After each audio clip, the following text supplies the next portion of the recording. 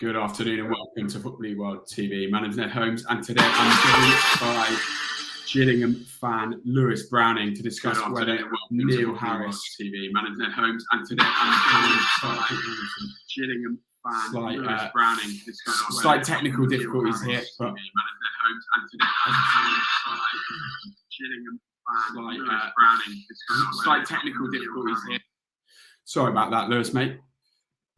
As I said, yeah, Ned Holmes here from Football League World TV. Just a few slight technical difficulties, but I'm joined by Gillingham fan Lewis Browning to discuss whether Neil Harris can seal League Two promotion with Gillingham this season. How are you doing this morning, Lewis? Yeah, not too bad, thank you, mate. How are you getting on? Yeah, all good before a few sort of technical difficulties sort of threatened to derail us there. Before we get going, a reminder, please do like and share this video. Subscribe to Football League World TV on YouTube as well, as we're close to the 1,000 mark, and do let us know your thoughts in the comments.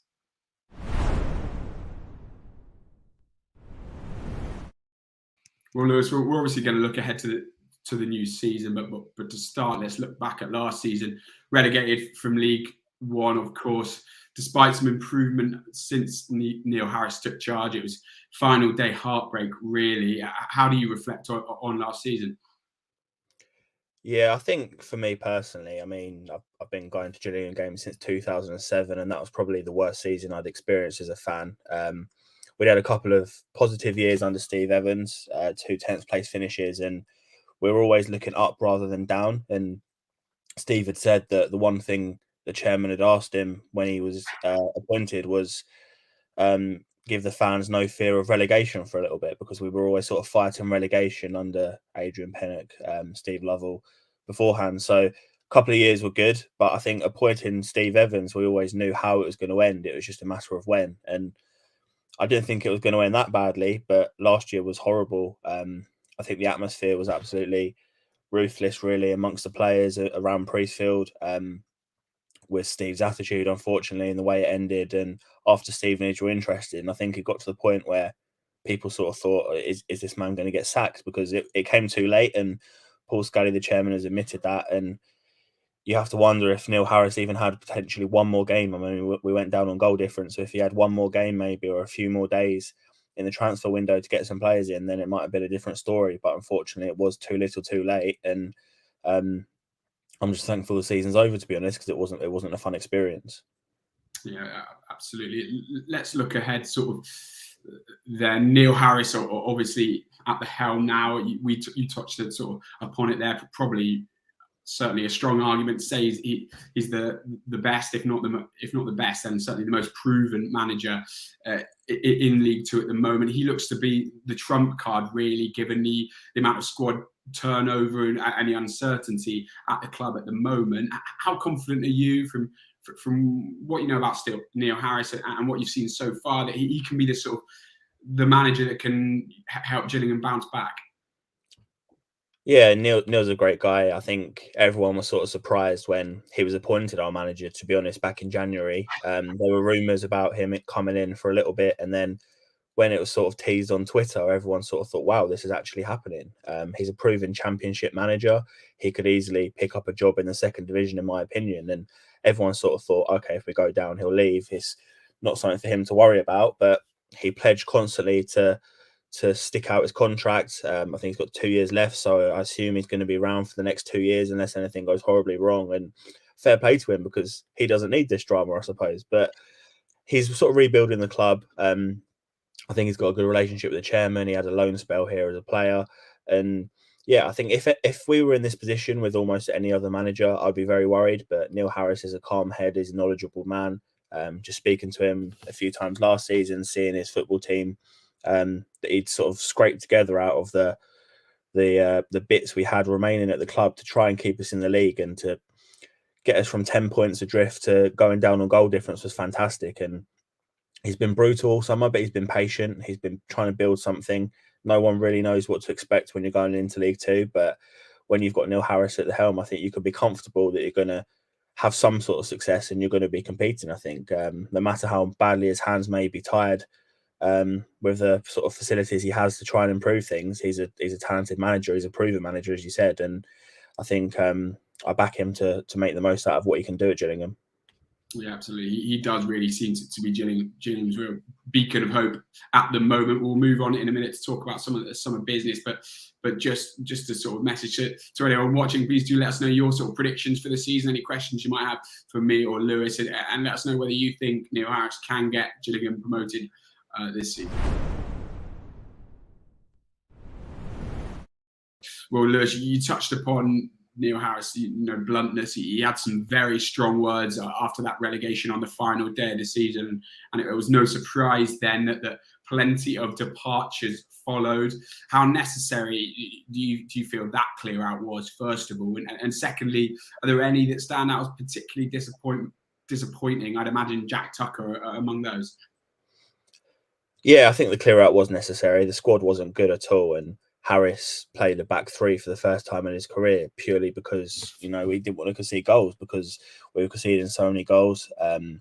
We had a lot of dead wood there. I think Steve Evans in the summer rushed into a couple of transfers. Mr. Ficario, I think, was an awful move. He was a talented player, but he couldn't string 2 games together.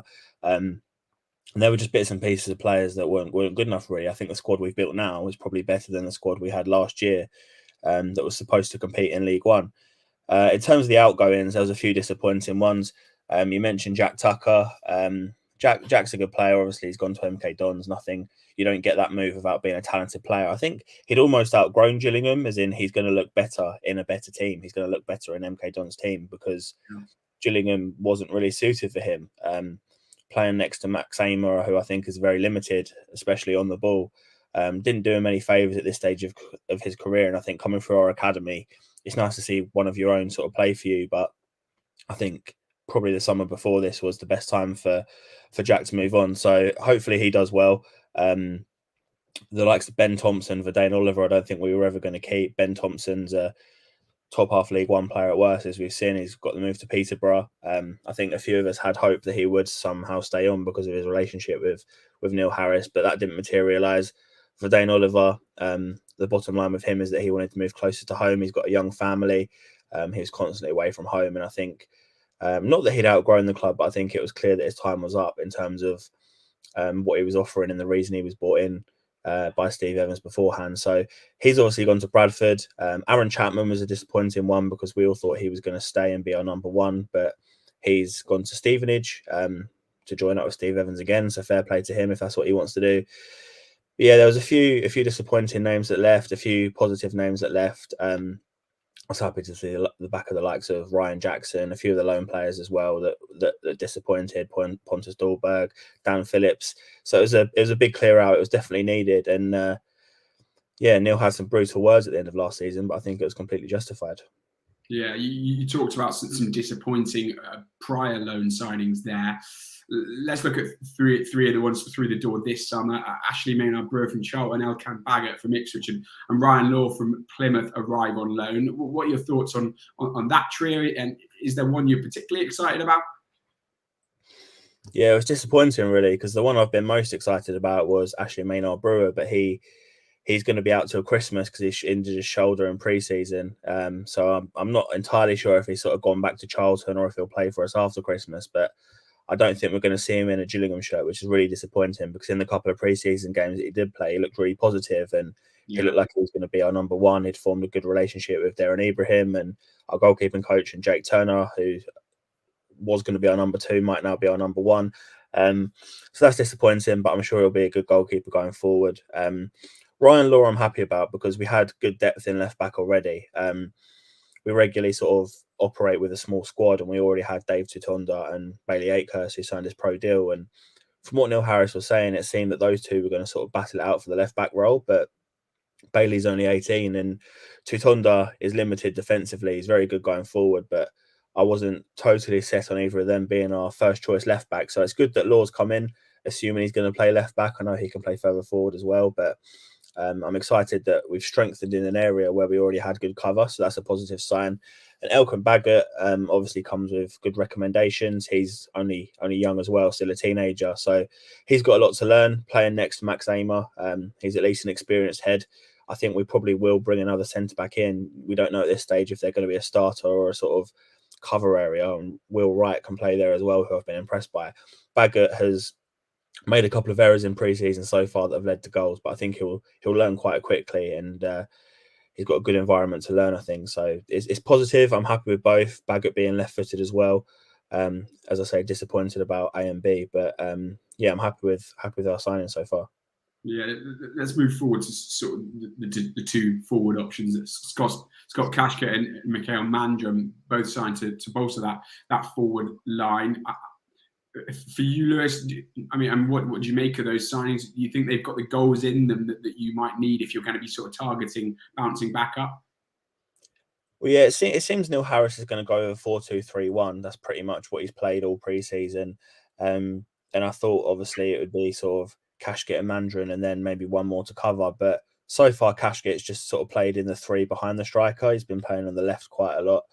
He's done really well at the weekend, actually. And I think he's got a lot to prove almost. He's had a disappointing year at Crewe. He sort of fell out of favour at Wickham, and we know he's got goals in him. And I thought if he played number 9 all year, he'd do okay. But I think he's more a bit of cover that's going to sort of play in the three behind. And he's not really stood out in pre-season, but I think he's sort of still settling in, and we know what he's about. And hopefully, if he hits a bit of form, then he'll be proved to be a positive signing. With Mandarin, he's played for the club before. We know what he's about. I think his arrival sort of split fans' opinions really, because he's not going to get you 20 goals a season, but he's a good link-up player.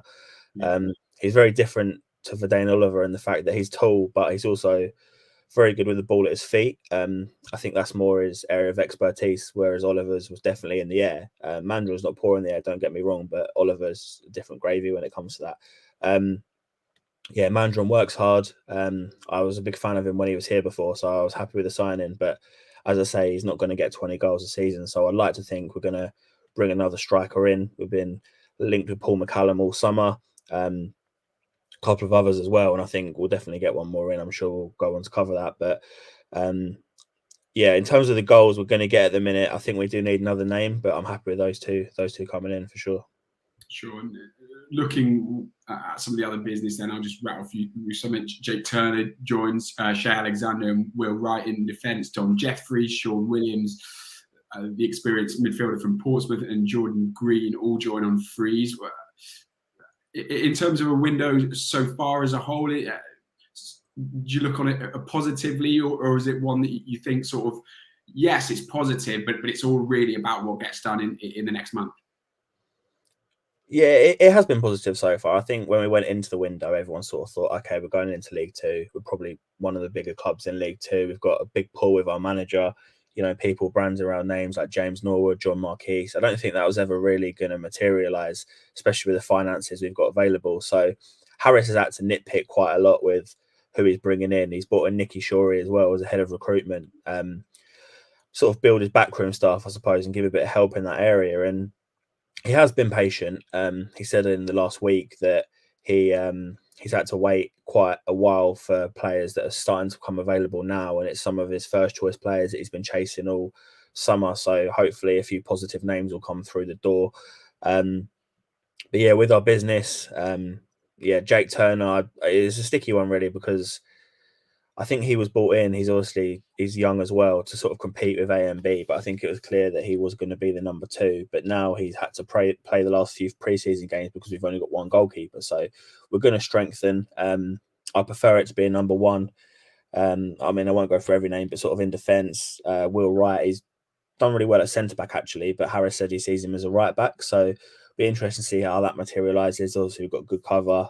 Sean Williams is going to be vital, I think, in midfield with Stuart O'Keefe if he can get fit, and obviously Dom Jeffries as well. And Jordan Green's really impressed me actually, an exciting winger that sort of got back into the pro game after a couple of years out. So I'm happy with it so far. I think he signed the right people as well as the right players, but we do still need a few more. And I think the next few days really, but the next sort of month is going to be really important as well to see who we bring in to sort of set our squad up for a League Two, hopefully, promotion challenge. Yeah, let's look forward to that sort of last month of the window then. What areas do you feel sort of need to be strengthened? And do you think it's a case of, I feel like there's been a lot of talk of given the way the season's split with the World Cup and everything, that teams are keeping hold of their younger players longer. and that we might see a sort of flurry of late window loan deals. Do you think having a big name manager, as it were, like Harris, could help you out there? Yeah, I think he's proven he sort of managers know what he's about in terms of he's a reliable head. It's not as if you've got an inexperienced manager that's not managed in the Football League before that you don't know what you're getting with him. So I think people will be happy to send their players on loan. Ipswich have trusted us with Elkan Baggott. Charlton have trusted us with one of their most exciting young players with the goalkeeper. So I think people trust him. He said that he wanted, I think it was 4 more outfielders and plus a goalkeeper, and that was before Ryan Law came in. So I think now we're probably going to see 4 more minimum. We definitely need that. We need a goalkeeper because we've had our youth keeper on the bench for the last few preseason games, and Turner, I think, is probably a number 2 at this stage. Obviously, he's got a lot of room to improve, and he'll work with the goalkeeping coach and stuff. But I'd rather have a settled number 1 come in. So I think we definitely need that. We definitely need a centre half, especially if Will Wright's going to be playing right back, because then that just leaves us with Max Amer and Elkan Baggott. I would like a centre midfielder because Stuart O'Keefe's injured at the minute, and if you're going to play that sort of double pivot, then you've only got Jeffries and Williams that are comfortable there. I know the likes of Ben Reeves, Ollie Lee, Alex McDonald can play central, but I think ideally you'd want another name in there. We had Henry Wise on trial, Dennis Wise's son, who I thought would be a good sort of cover name to play that sort of 4th midfielder role.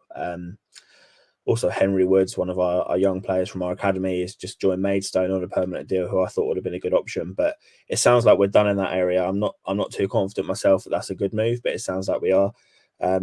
Definitely need a wide player. Jordan Green's been a revolution since he's come in. Absolutely fantastic against Crystal Palace last week.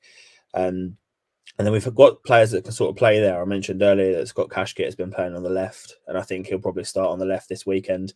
Alex McDonald can play there. Ben Reeves, Matthew MacArthur's done really well there in pre-season from our academy as well. But I'd like another name there. And then, as I mentioned beforehand, another striker is absolutely essential.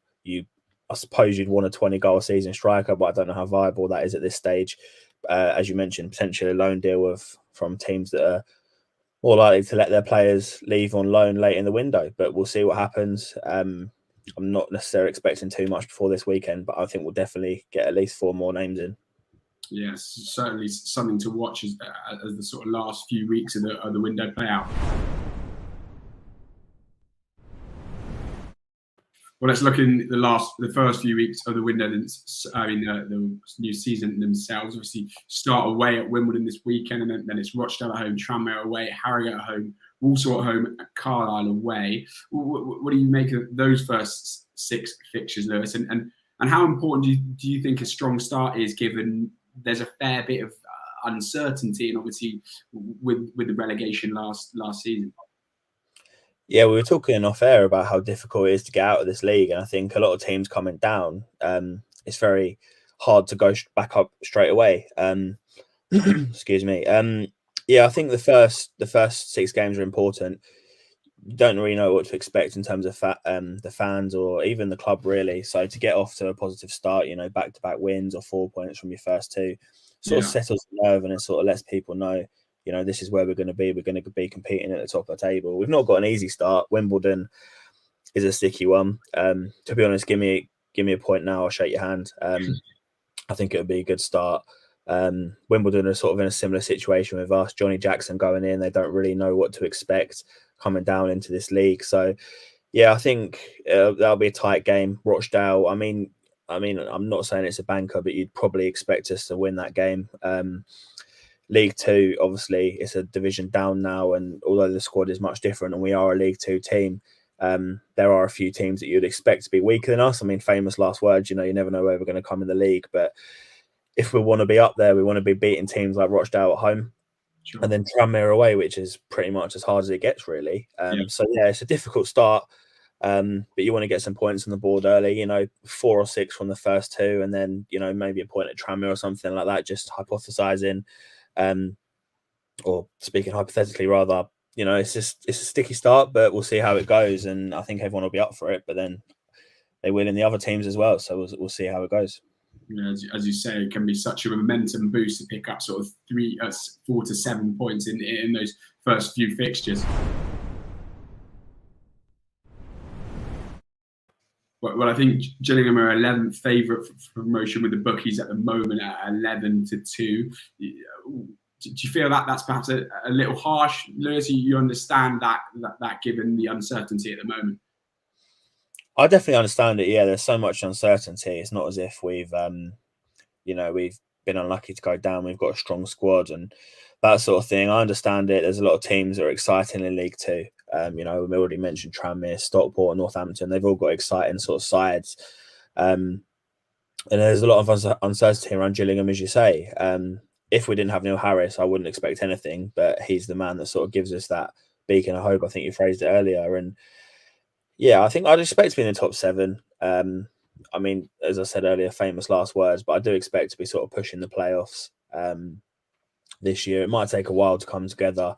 I would like that first start, but because we've got so many new players, it might take us a while to sort of hit our rhythm. Hopefully the system, the 4-2-3-1 system that Neil wants to go with, hits the ground running.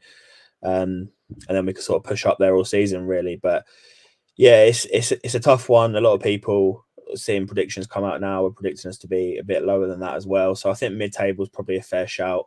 I'd expect us to be a little higher, but maybe I'm looking for it with blue tinted glasses. But yeah, excited for the season, and I'd hope for a top 7 finish, to be honest. Yeah, absolutely. Well, a bit of uncertainty, but certainly lots of positivity from you, Lewis, looking ahead to the new season. That's everything from myself and Lewis today. But there are 2 more shows on Football League One TV to come. At 2 p.m, Sam Walk will be your host for the Sheffield Wednesday Fans Voice. And then at 7, you'll be in the capable hands of Alfie Burns for the Norwich Fans Voice show. That's usually say thanks, Lewis, and thanks everyone for watching.